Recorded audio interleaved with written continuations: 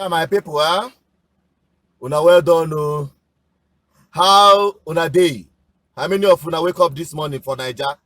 Because now this morning, anytime you wake up for Naija, you go call your neighbor, call your family and friends to ask whether they wake up. Because the issue of insecurity is now the topical issue. Nobody's talking about health, nobody's talking about development, nobody's talking about other things. What we are talking about in Nigeria is security matter. Because since this year, actually, you have been having insecurity in the past, but this year, since after the election, it has escalated. I don't want to dabble into the controversy or the conspiracy by high and mighty who are not even interested with the issue of insecurity of Nigerians.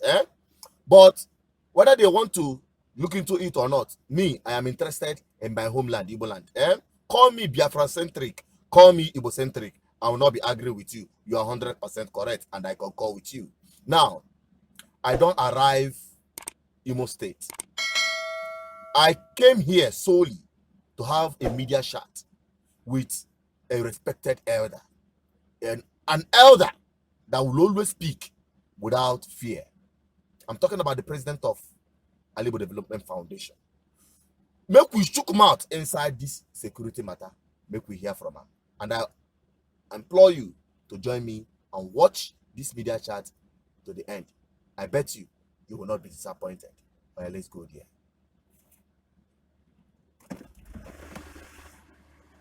It is raining, now today.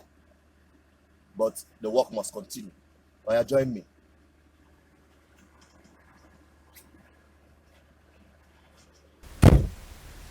Okay, sir. It's my pleasure having you again on this media chat. So there are a couple of things that have happened so far between the time we saw last and now, bordering around security. Everywhere in Nigeria, insecurity has become the topmost issue. Bringing it down to Igboland, which is our interest and your own jurisdiction as the president of Alibo Development Foundation. What is your take on the situation concerning insecurity in Alibo? Chinedu, thank you very much.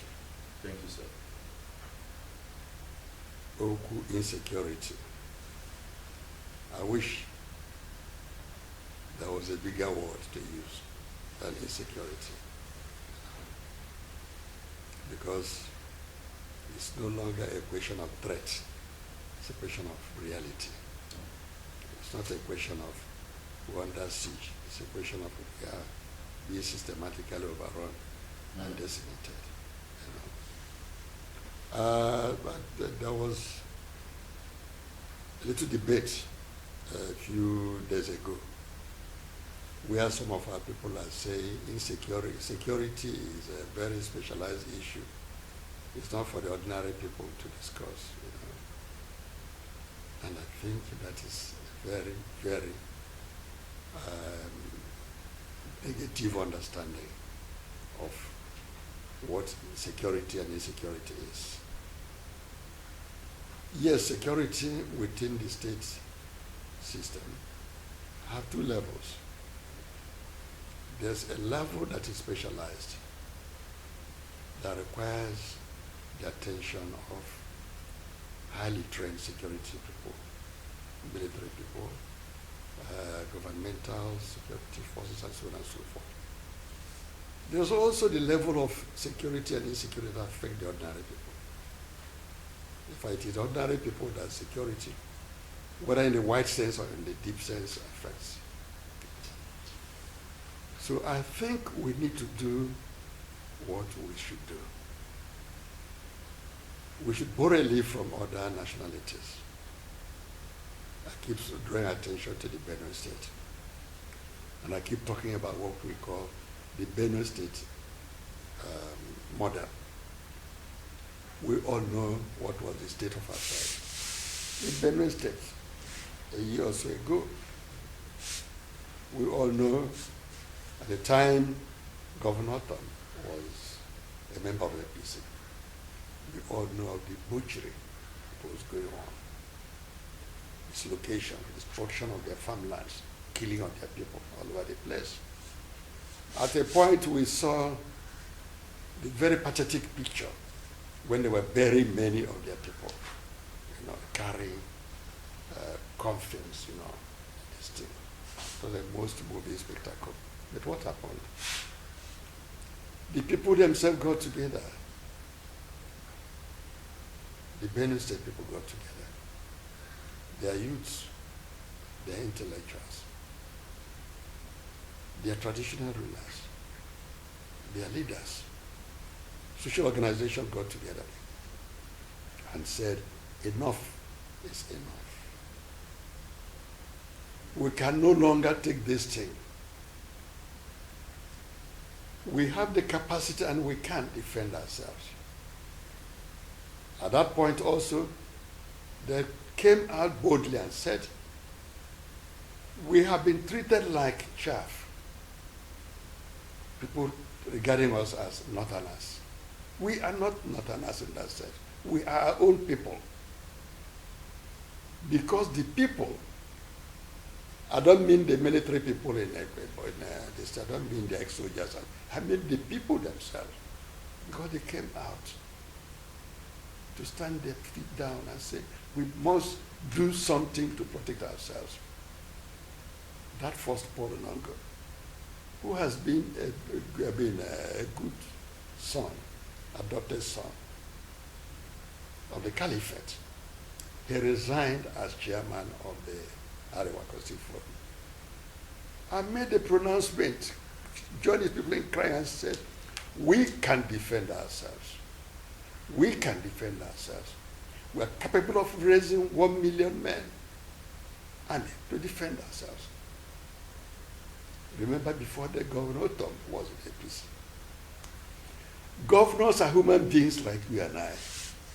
If we abandon them and leave them to solve all our security problems, it means we are just behaving like very foolish people who don't know what they want. Governors have their limitations. Think of the statutory powers they have. They act under a constitution, which all of us reject, but they're elected under it. They operate with what they call security committee, state security. Who are the members? The governor, maybe his deputy, the IG of police, the military commander in the area, the DSS, and name them. In many places, invariably, 70% of them are Fulanis.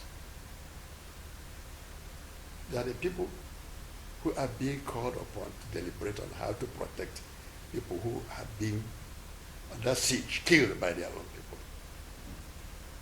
And today, nobody is under any illusion that this thing is happening according to design. It's not by accident. So from that moment on, Otom picked courage. He knew his people were around him. He stood firm. The last one I saw was the resistance against the Ruga project. They came trying to use that as a test ground to force it on them. They said, no. I heard about their commissioner giving orders. No, we will not take it. This is the kind of attitude we need in Alibo. Okay, sir. To face our security challenges. All right, sir. Okay, sir. You have, elaborated on the security challenges and the Benue model. What is ADF or leadership in Igboland in Igbo doing to adopt the same model, or probably the model that will safeguard Igboland? As you know, ADF has been under the burden of a highly orchestrated campaign to keep Igboland defenseless, to hoist before them of a leadership structure that by its very nature cannot do much. When you make a move, they say, have you contacted Ohaneze? What does Ohaneze say about this? And blah, blah, blah, blah, blah, blah. That has made us a number of times. Apart from gestures we've made in the past to get Ohaneze work with us, as we used to work with the predecessors. You had what happened during the period of election, the time it was postponed. Everybody was wondering where we go from here. We approached Chief Niawood and said, let us call our people together.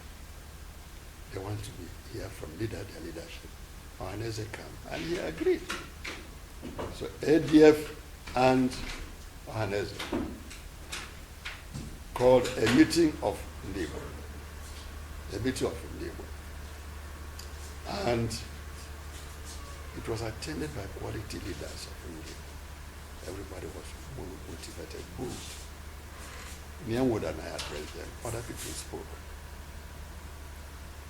And other people said, please, continue with this model. After that, the election came and was rigged. And people were aghast. They wanted to hear the voice of those they believe should be able to provide some leadership at a critical moment like this. And we approached Hannes again, part of that meeting. The rest is history. History. It's as if we were quarreling with Ohaneze. As we were competing with Ohaneze. No. So since then, we waited to see whether something can be done. And you know what has happened to our people in the last few weeks, months? Everybody's aghast. Killings here and there, asking what is happening. So we've again come out again, contacted our people. Everybody called us, including the chaps you think don't respect their elders. I mean IPOB. The leaders called us. What have been called ADF? All our chaps all over the whole place. Please take some steps. Bring our people together. We have taken some steps. We have talked to our people. We have talked to those on the ground. I mean those on the ground. I mean the churches. I mean the development unions. I mean our young chaps too, in the pro-Biafra party organizations. I mean the World Igbo Congress. And they have agreed we should come together. And also send message to Niawood and others to come. Let us have a citizens' parliament. The way the Yorubas did their own, to their own. We should meet and declare resolve to be ourselves, defend our destiny, and carry the message to our governors. I'm even very happy that in recent times our governors have shown some guts. They've made some positive moves, and we should follow them.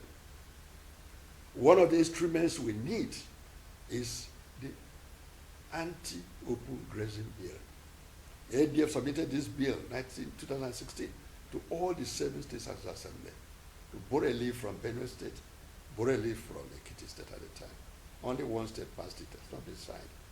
But this is the time to call on the governors and so I said, please sign this bill that will empower people to defend their territory, their land, their property, their farmland, and so on and so on. So that bill is very important. I'm very happy also that our governors are thinking of refurbishing the vigilante systems. We need that. Every community can defend itself. These fellows are all over the whole place. Every community can defend itself. Okay, sir. Now that you mentioned this, we're looking towards something like a summit or anything that can bring them together? Now, I think the word summit has become very popular. Okay. Because we need a meeting at the highest level of Igbo, the People's Parliament. Okay. And we're calling it a summit. All right. We're calling it Igbo National Summit, okay, which we are now putting together. All right. Now, some people are also concerned with respect to that a lot of things have been said, a lot of conferences, press statements, and all that have been said. What action will be added to it to make sure that whatever that will come out from the summit or conference or parliament will be put into action? We were wrongly attaching the word conference to what we are trying to do. I think it's the wrong thing. It's not a conference. It's like a meeting of people to decide what is to be done. But it's not going to be one of making speeches. That's why we're sitting down. If we identify that we need anti-open grazing law, we're going to ask how we get that done. how do you get our late tradition to go to the parliaments, go to people and say, pass this bill for us. The churches will say, pass this bill for us. If we find that the town unions are instruments of protect communities, we'll now ask them, how do we empower them? How does the government empower them? These are the things, not a question of empty conference discussion. Okay, now to the issue of development of our neighbor and food security, talking about over-dependence in the southeast on imported meats that are coming in from outside Igboland. What practical action, is on ground to make sure that our people return back to agriculture, to animal husbandry that is almost going to extinction?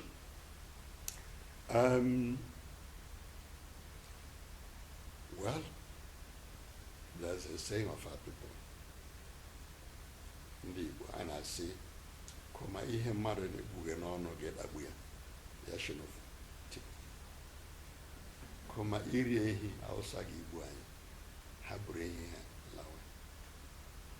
I know there's widespread call by our people that they should please keep their destiny, and we should get back to reinvent, reorganize our animal husbandry. My father used to keep cows, native cows. He used to have about almost 20. Our most senior brother used to have some again. But how all these things disappeared. And I'm told by some of our people that this thing was systematically planned to eliminate the fever. Someday, somebody will come and give testimony to that. Okay. It's not only that it's our own lack of foresight, lack of organization, lack of leadership. Some years ago, 1998, when I was going to Abuja to mobilize for the G34 program, I traveled with Akebe women who were carrying cassava from 9th Mile to the north. Food was going from it to the north. But the other day I was coming from Enugu, going towards Ozala and so on. And some lorries passed me, carrying fermented cassava. I asked, where is it from? From the north. To the east. To the east. The other day I was in Whatapp, and I see lorries bringing fermented cassava, bringing onion, bringing tomato, bringing cucumber. So where are they from? From the north. And of course, the one that makes me weep, really weep, is each time I'm going from Enugu to Umuahia, most places, you see cashew industry, cashew plantations growing wild. You see palm plantations growing wild. In my own village, palm plantation growing wild. The other time we were on industrial tour of Anambra State to see what was happening in Austin. So we went to Onitsha. We visited the vegetable oil company,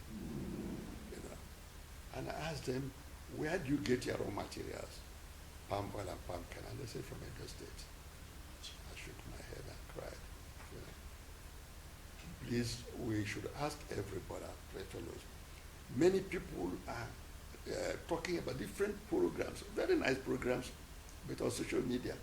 After social media, they go and sleep. There's one group that mounted a program they call Foodism. When they mounted, I thought that was a good move. If only we can sit down and see how we revive, produce our food, what we need. So these are the challenges we face.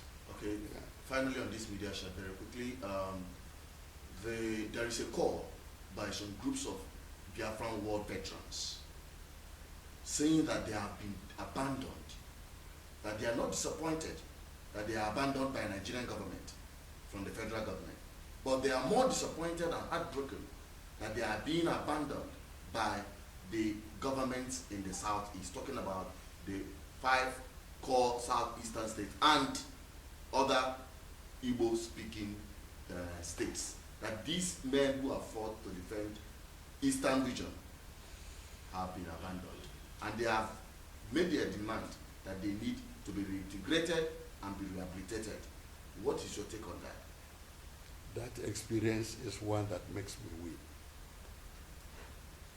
The war veterans. Some years ago, our organization called GODES, Conference of Democratic Scholars, we visited that area. That time, we got on hand to set up a committee on rehabilitation of the war veterans, committee under the chairmanship of Pat Utami. And we sent a memorandum to Haneze on how we should protect those people who suffered for our own sake. As usual, that fizzled out.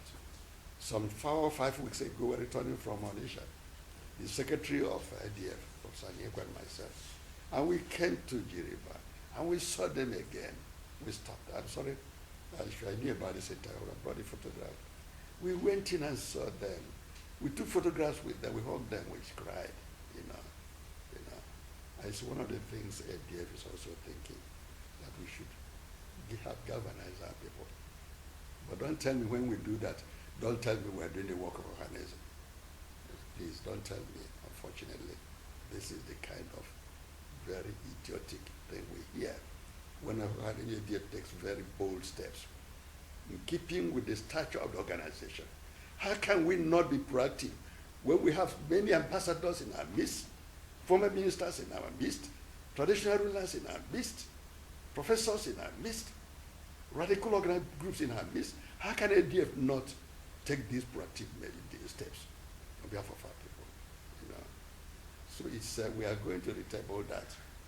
You know, in fact, I'll tell you, between now and tomorrow, I'll send you that memo we gave Ohanese, which you can help to circulate our people. Thank you. All right, thank you so much. It's been a pleasure having you on this media chat, and we hope we are going to have you again. Thank you very much. Thank you, sir. Thank you. Wow, that is it. I hope when I enjoy that media chat, like I told you, you will not be disappointed. And truly, Prof no disappoint me. He's always on point. He's not here to paint words. No, or do cosmetic with the right words to address issues. Thank you, Prof, for that wonderful time, that media chat you had with us. And I hope you that watched, you are keying in. The most important thing from this whole media chat, if you are not taking anything, take this one home. Make sure you get involved in foodism, food war, because you are enemy. And let me tell you, don't say I talk this one. Good. Tell your neighbor, tell everyone that has ear, make him listen. Say, if your enemy won't deal with you, first of all, they go attack the source of your food. Because if you know eat, you know get strength to fight. Good. And as it is now, an Igbo is over dependent when it comes to food from outside Igboland.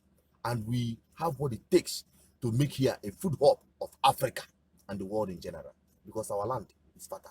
Please stop building or constructing hotels and filling stations. Go into mechanized and industrial agriculture. Now that place, money day. Thank you for watching. Thank you for sharing. Please keep subscribing to our YouTube channel. Together, we are building a powerful and formidable community that will change our cause for good. Thank you for joining us on this media chat, and I hope to have you back on my next program. Goodbye. One love.